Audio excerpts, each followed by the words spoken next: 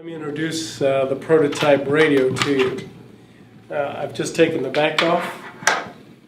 This board has on it an Atheros Wi-Fi chip and a tiny MIPS processor. We're running our layer 2, layer 3 stack on the MIPS processor and the TDMA driver on the Wi-Fi chip. Let me introduce you to the network. In this room, on the table, we have two networks, nodes 35 and 36. They happen to be not connected to any display hardware or any other type of computers, but they represent hop points, and we could set these up anywhere in the building. Over here on this screen, let me just clear the chart for you. The little diamond shape represents the self node. The round circles represent other nodes in the network. And the graphic to the right represents the signal levels as perceived by node 33. You also notice on the graphic on the left, there are solid lines and dashed lines. Those happen to represent layer 2 connectivity. And there's a dashed green line with an arrow on it that represents the routing path through the network.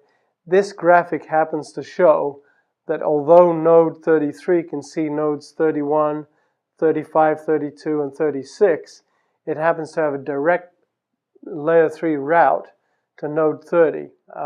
This node happens to be running a ping process to node 31. It's part of the demonstration. We are going to move nodes 31 and 32 into a perfect Faraday cage that happens to be the elevator. We're going to ride the elevator from the third floor all the way down to the first floor. All the while, node 32 is going to continue to ping node 31. And what you will observe on the screen for node 31 is how these two nodes separate from the rest of the network and then come back automatically when they come out of the elevator shaft. The ping is still running between the two machines, but you notice on the previous screen what node 31 shows is only a connection to node 32, its neighbor node. The rest of the network has dissipated. We've just stepped off the elevator. As you see, node 31, represented by the diamond on the screen, is connected to node 32 and node 33, and it's trying to connect to node 30. If you look over to the left of node 31, you see that node 32 is continuing to ping node 31. It was pinging on the elevator as the two nodes were separated from the network, and it continues to ping until we turn the ping transaction off. If you look at node 31's visualizer screen, you can see that the routing is now occurring through node 33 to get back to the wired internet. In other words, node 31 cannot see node 30 directly, which has the wireline connection to the ISP, but it can see a connection, and the shortest connection is through node 33, and it knows that routing through node 33 will get it to node 30. And node 33 is behind a pillar in the far corner of the building on the third floor. We have now moved node 31 further away from the elevator to the point where node 33 is no longer connected, and immediately we are continuing to route to the internet, this time via node 32, whose position has not moved.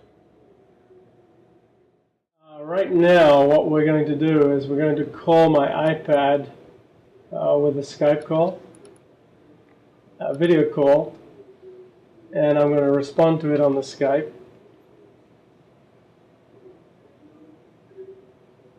And here we go. And there I am. And as you can see, the Skype call is now running flawlessly between the two systems. Of note, the Skype termination is occurring over the school Wi-Fi, so that is an additional wireless hop.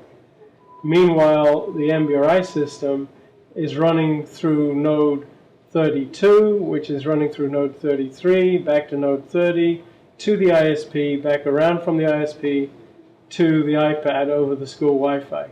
And as you can see, we've got a very high fidelity. I can now move this platform around, and I'm not going to lose the fidelity of the call. It will remain intact no matter where I go.